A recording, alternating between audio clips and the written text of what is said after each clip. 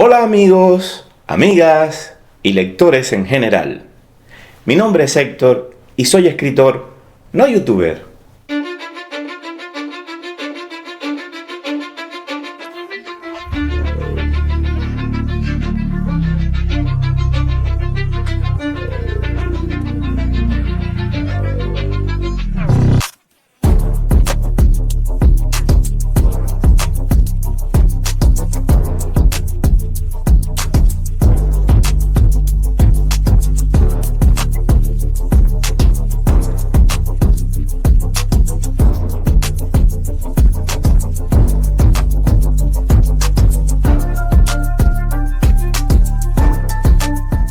Hola y bienvenido. Recién he visto un vídeo de un norteamericano que intentaba comparar el inglés y el español en cuanto a complejidad lingüística. Para él, tiene mucha más dificultad tratar de aprender el inglés únicamente por los diversos sonidos que tiene el idioma de Shakespeare al unir las vocales, algo que no sucede en español. Y aquí tienes razón en parte. En idiomas que conozco, como el inglés y el francés, y no son los únicos donde sucede, las vocales tienen un sonido cuando están solas y otro diferente si tienen un acento ortográfico, una tilde o si están acompañadas de otra vocal. En español, la unión de vocales o el acentuarlas no cambia su sonido de manera sustancial como al estar solas. Aunque luego veremos que no es exactamente verdad. Pero hasta aquí, lo fácil del español. El idioma castellano o español, dejando de lado algunas cuestiones gramaticales, es sencillo si tratas de aprenderlo de forma oral. Pero es un verdadero potro salvaje si intentas hablarlo o escribirlo de forma correcta en todos los casos y en todas las circunstancias. Y no voy a repetir el mismo error que comete este norteamericano y otros muchos de tratar de establecer complejidades comparativas entre los idiomas que hablo. Es absurdo. Todos los idiomas tienen elementos sencillos. Todos tienen montañas que remontar. Pero sí quiero hablar del idioma que aprendí de niño, el de mi familia y el que mejor conozco, y de por qué no es el príncipe magnífico que muchos creen. Pretendo explicar de la manera menos complicada, pero pasando después a lo más difícil, por qué el español no es tan confuso que impida su aprendizaje, pero tampoco tan sencillo como pretenden mostrarlo algunos sin conocerlo a fondo. Como he dicho, para empezar a hablarlo requiere poco esfuerzo para los que tienen una lengua romance como base. Las mismas letras y la mayoría de los signos similares, eso nos pasa a los que tenemos lenguas romances, excepto la ñ, que es nuestra peculiaridad del castellano, o el particular uso de la h, que es una curiosidad de varias lenguas romances. Sin embargo, como peculiar es la letra ñ, otra de las particularidades del español es su diversidad. Se habla español o castellano en toda Latinoamérica, incluyendo Brasil, donde no es el idioma oficial. Pero en zonas limítrofes se habla muchísimo el español. Y luego, en casi todo el planeta, incluyendo Estados Unidos, donde ya es la segunda lengua más hablada. En Asia tienen Filipinas como ejemplo, donde fue la lengua oficial hasta finales de los años 80, y en Medio Oriente, en algunas zonas sobre todo de Israel, y hasta en Oceanía. El idioma castellano cada año avanza en su expansión, creando aún más diversidad. Esta inmensa diversidad del idioma español crea múltiples significados para una palabra de similar escritura, los llamados homógrafos. Botar es tanto tirar la basura como rebotar una pelota. Cola, que es el pegamento o también el apéndice que tienen los animales, el apéndice trasero. La sal, que es el condimento de mesa o del verbo salir, sal. llave, que también se utiliza el instrumento para abrir las puertas, en otros casos para cambiar los neumáticos o para todo tipo de actividades mecánicas, o también es sinónimo de grifo en algunos lugares, o pila, que también se utiliza con el mismo sentido de sinónimo de grifo, de abrir el grifo del agua, o también como una montaña de cosas, o también como la batería que se utiliza para los aparatos electrónicos. Pero a la vez permite la escritura de varias palabras para un mismo sonido, los llamados homófonos. El caso de votar con B y votar con V, tengamos en cuenta que no diferenciamos muchas veces en el español de forma oral este tipo de sonidos.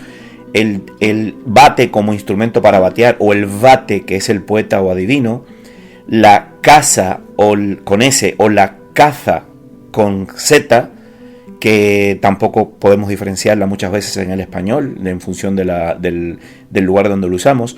El caso de coser con S y cocer con C, el caso de cerca, el caso de valla con Y o valla como con doble L, que es un anuncio publicitario. ¿A dónde voy con esto? Aunque exagero, existen casi tantas variantes del español como hispanohablantes. O bueno, ya sin exagerar, como países lo asumen como lengua oficial. Y sí, la base es similar, y amar, temer y partir tienen el mismo significado en La Habana, Filipinas o Guinea Ecuatorial. Pero luego tienes palabras que, según el lugar donde hayas vivido, el maestro que hayas tenido o la variante del español a la que te hayas acercado, puede cambiar tanto su significado que en unos lugares con una frase estás haciendo algo cotidiano y en otros países hasta puede meterte en un problema. Como que en Cuba, coger una guagua es montarte en un autobús, y en algunos sitios de Centro y Suramérica es cometer un abuso sexual contra un recién nacido. Les puedo asegurar, estas variaciones regionales del castellano, sinonimias, homofonías, etc., vuelven locos a los estudiantes del español como lengua extranjera. Vinculado a este punto, y aunque no es tampoco una característica única del español, mi impresión personal es que existen pocos idiomas que usen más la ironía y el doble sentido como se usa en español. Igual estoy equivocado, pero me lo parece. Estamos llenos de metáforas, frases hechas, símiles, porque hemos establecido históricamente un montón de temas, expresiones, hechos, actos humanos que por cuestiones morales evitamos decir de forma evidente. Insisto, no somos únicos, pero en nacionalidades concretas o algunas variantes del español se llega a un grado tal que incluso sabiendo mucho español, teniendo un manejo alto de la lengua y un fuerte conocimiento de su vocabulario, puedes cambiar de país o tan solo de región y perderte sin entender absolutamente nada. Decir en zonas de Cuba que estoy de espaldas al caldero para expresar que tienes hambre, o estoy más liado que la pata de un romano para decir que no tienes tiempo en Andalucía, son bastante evidentes. Para mí, una de las más llamativas fue descubrir que poner a alguien a mirar pa' Cuenca es una muy rebuscada manera de exponer que se usa la postura sexual del perro. Así que una misma frase puede ser lo uno y su contrario. Y muchas veces decir algo no es literal, como decir que María está como un fideo, que tiene ratones en la azotea o que es una vaca burra. Otro tema que desquicia a los que intentan aprender el español, los disímiles artículos, definidos, indefinidos, demostrativos, posesivos y pronombres de todo tipo que cambian el significado, o cuando menos, la importancia de un sustantivo. Esto, por mi experiencia, es un dolor de cabeza en francés, dado que luego en la pronunciación del género, el plural y el singular no tienen diferenciación clara. Es el caso de le bebé o lo bebé, que cambia por completo una cosa o la otra. Aquí También tenéis unos ejemplos en español, como el hecho de utilizar el coche, un coche, ese coche, o utilizando como el posesivo, mi, tú, su, nuestro, vuestro, su coche. Cambia por completo. Un apartado nada sencillo lo tiene aquí el uso de le, la, lo. Esto también le patea el estómago a muchos que intentan aprender español. Y no solo. Muchos hispanohablantes con un manejo alto y eficaz de la lengua española cometen errores con el leísmo y el laísmo.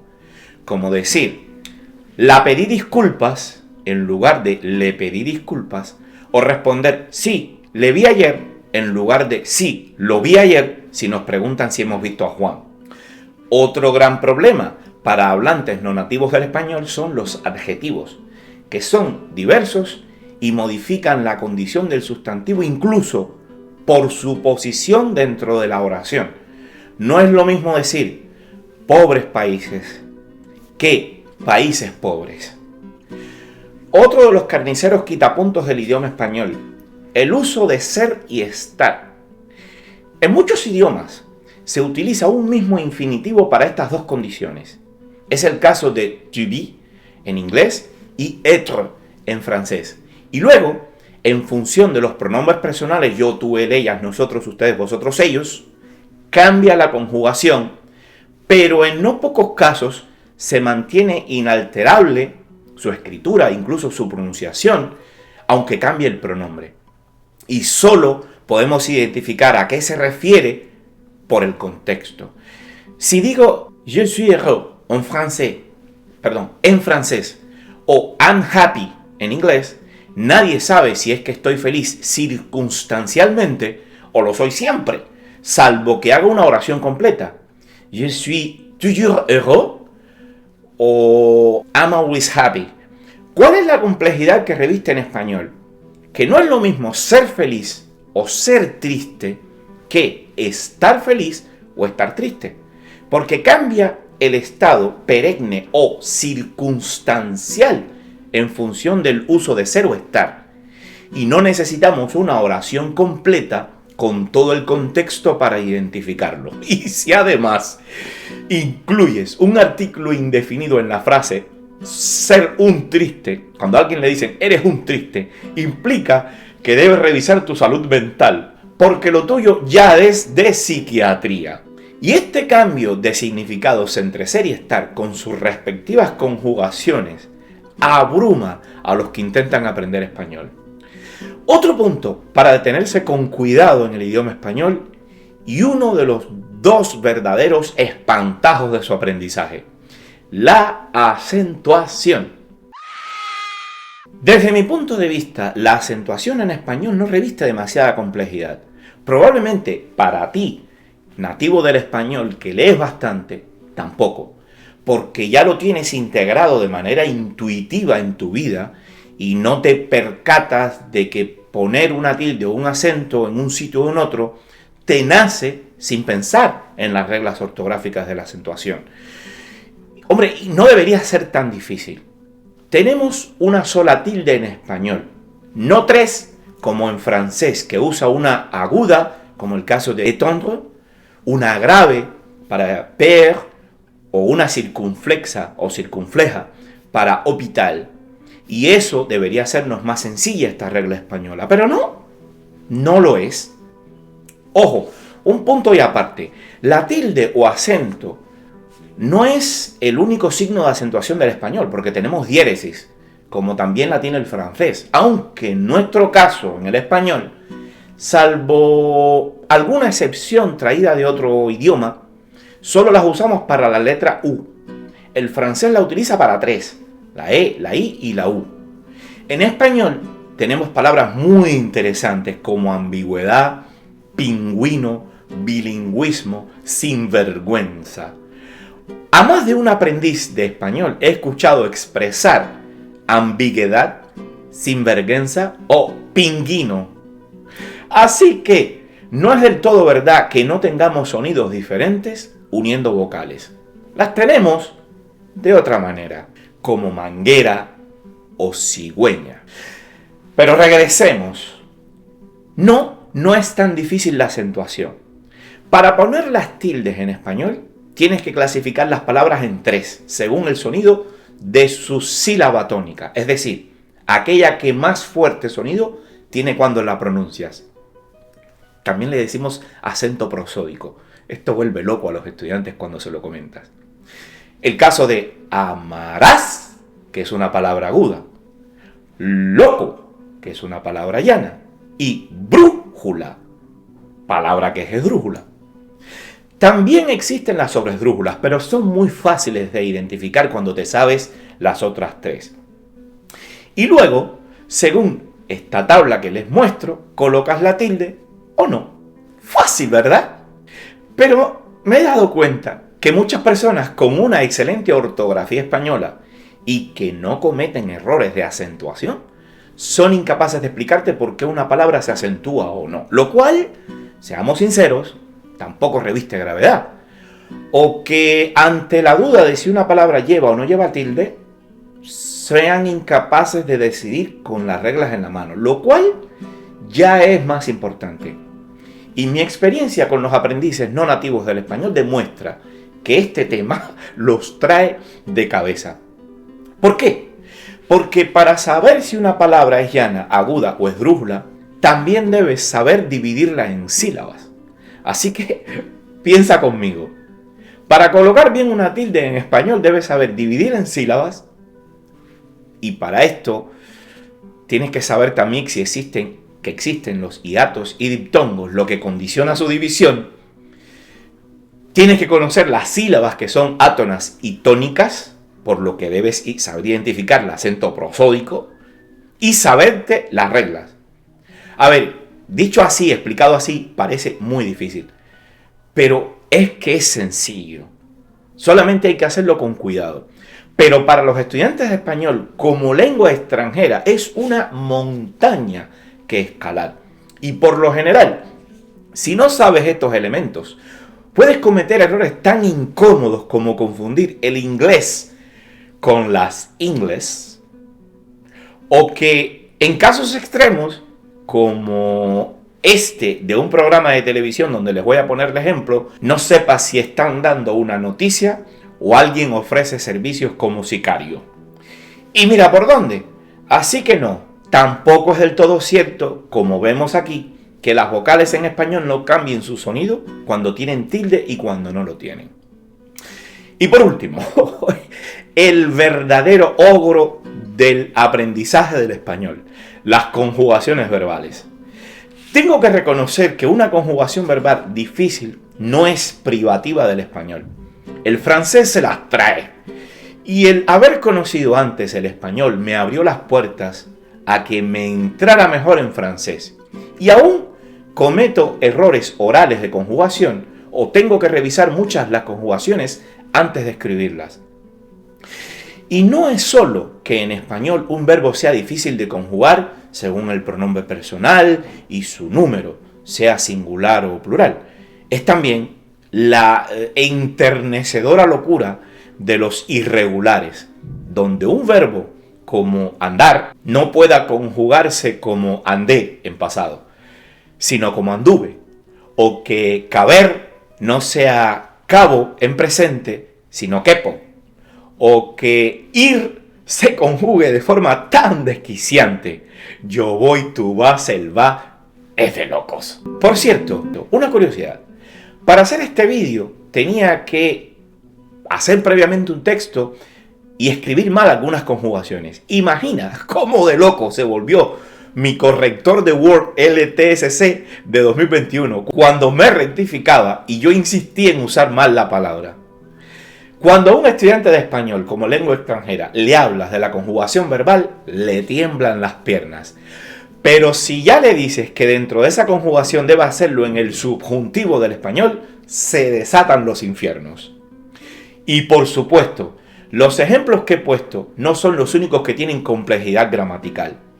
Hay más elementos del español que nos traen de los nervios. ¿Cuál es el tuyo? Por cierto, te invito a un ejercicio.